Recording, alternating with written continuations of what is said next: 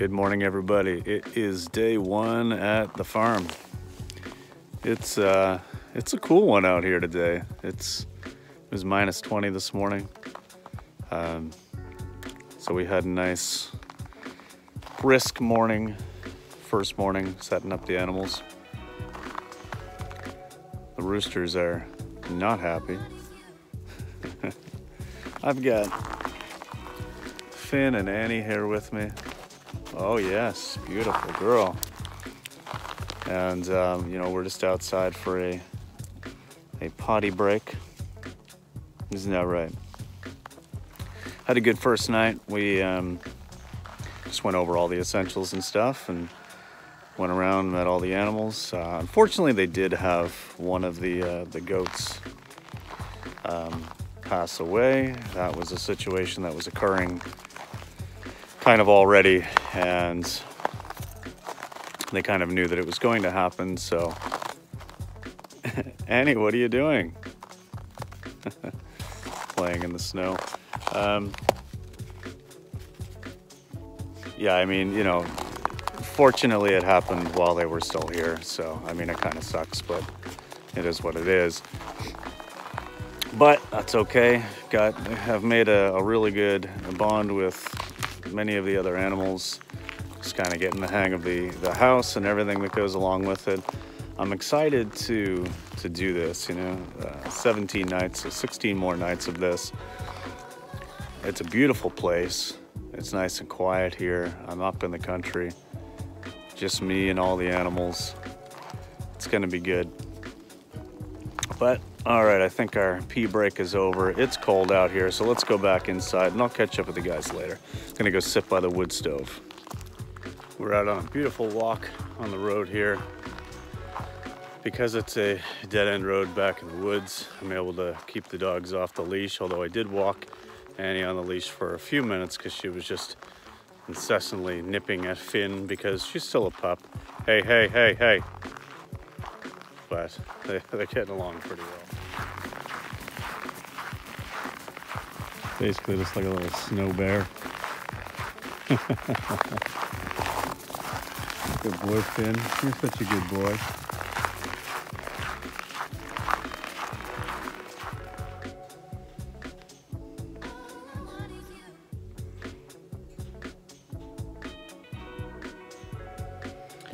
Finn and I are just chilling on the couch here.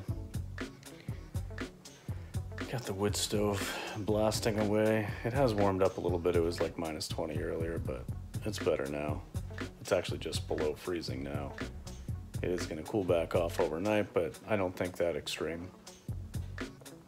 Anyway, it's been a pretty quiet day. I'm not used to being up until after 11 like I was last night, so getting up 5:30 this morning was a big stretch from my usual 9 to 10 hours of sleep. So definitely feeling it a little bit today.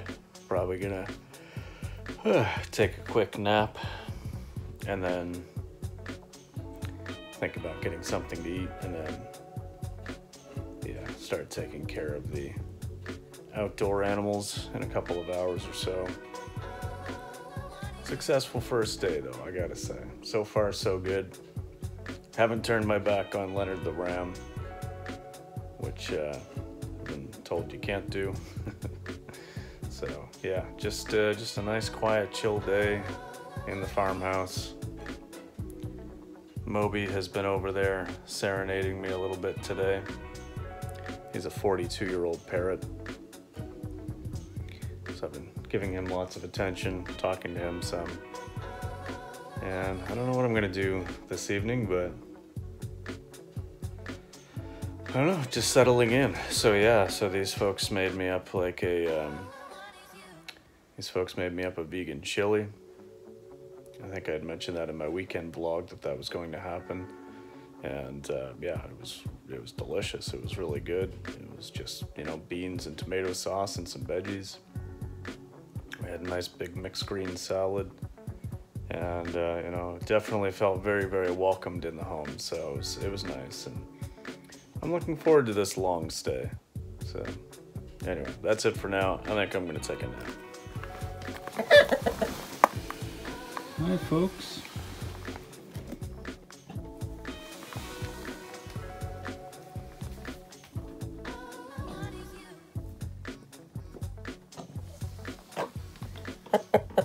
Hello. Okay, looks like you're all good. Hello, Lily. Hi. How are you? Hello, baby. Hi, Toby. Oh, yes. Oh, yes. You still got lots of water. Okay. Looks pretty clean to me. What a beauty you are. Yes.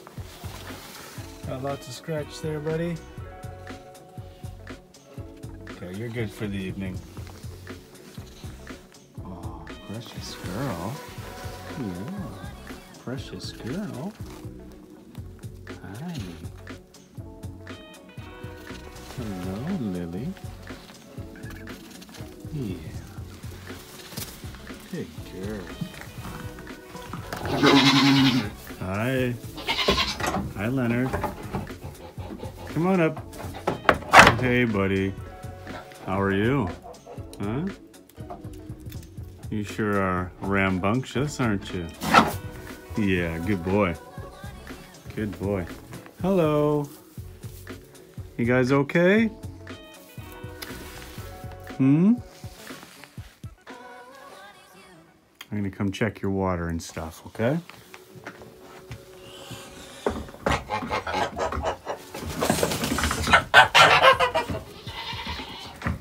You guys definitely need some more water and scratch, yeah. Whoa, there you go.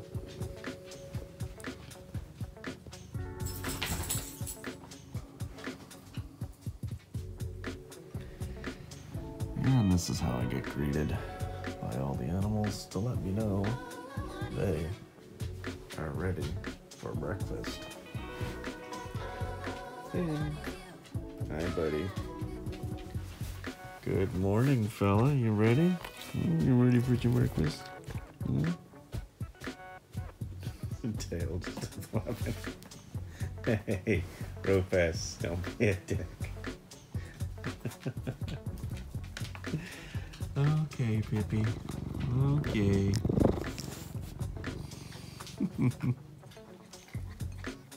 Hello, baby.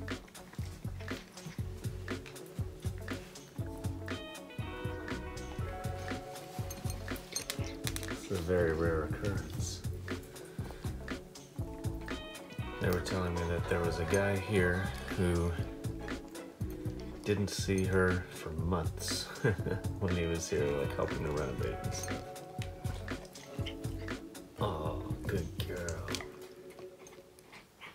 Good morning. Day 2 on the, actually it's day 3. It was night 2 last night here at the farm. And, okay, well, you know, we're off to a little bit of a rough start, I gotta be honest. Nothing wrong with the duties, nothing wrong with, you know, the work that needs to be done or anything like that.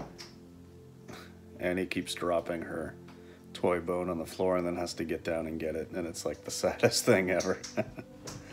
Alright, I'll show you that in a second, because she'll do it again. But, Annie, get up on the couch. Go lay down. Lay down. Anyway, as I was saying, so none of these animals are here for food. Like I've talked about this before. I talked about this opportunity when it first came up and basically mentioned that, you know, these folks are not vegans. This is not an animal sanctuary per se. However, Annie, stop eating that plant. No. No. Puppies, man. Anyway, okay, yeah, so these folks are not vegan. However, they do not raise these animals for food. They do not have these animals here for that purpose.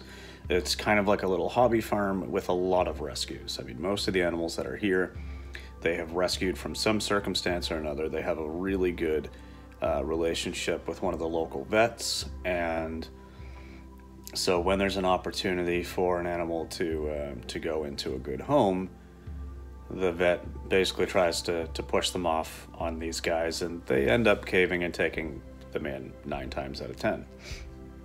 So, you know, there's all kinds of different types of birds. There's sheep and goats, or a goat now, and a ram, turkeys, you know, everything.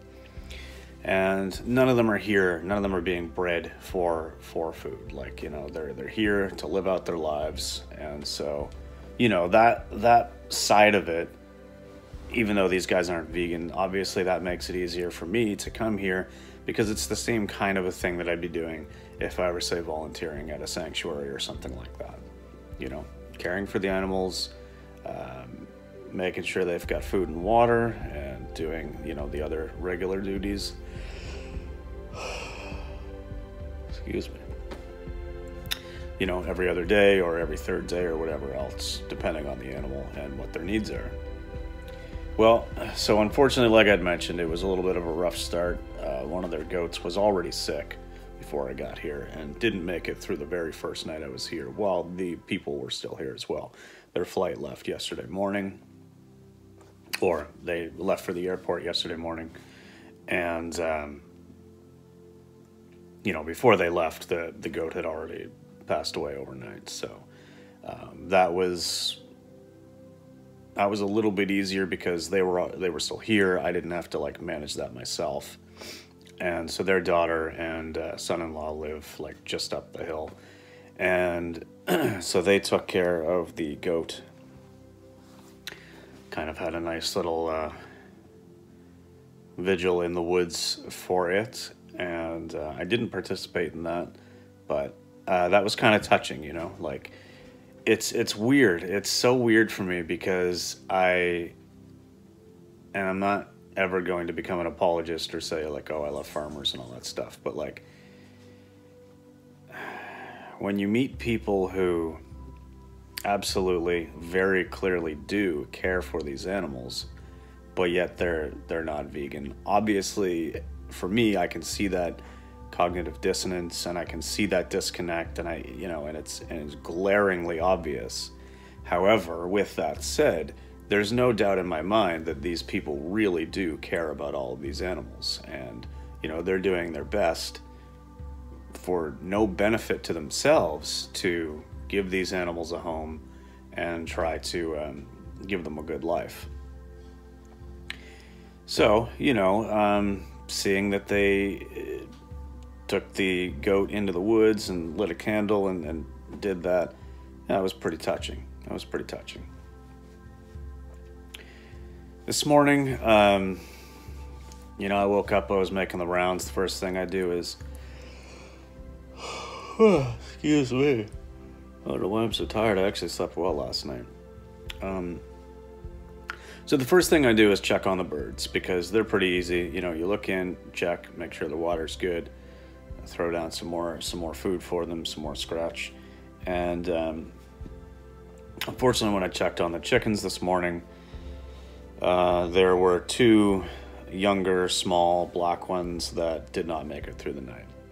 Now, we've been having some really cold temperatures here, and it's not uncommon for animals to not make it through the winter sometimes. I mean, it happens. It's unfortunate. It's as natural as it can be in a setting like this, that they're obviously not in the wild, but it's still, you know, nature in the sense that the temperatures, even with the heat lamp, you know, the stresses were too much for these particular birds.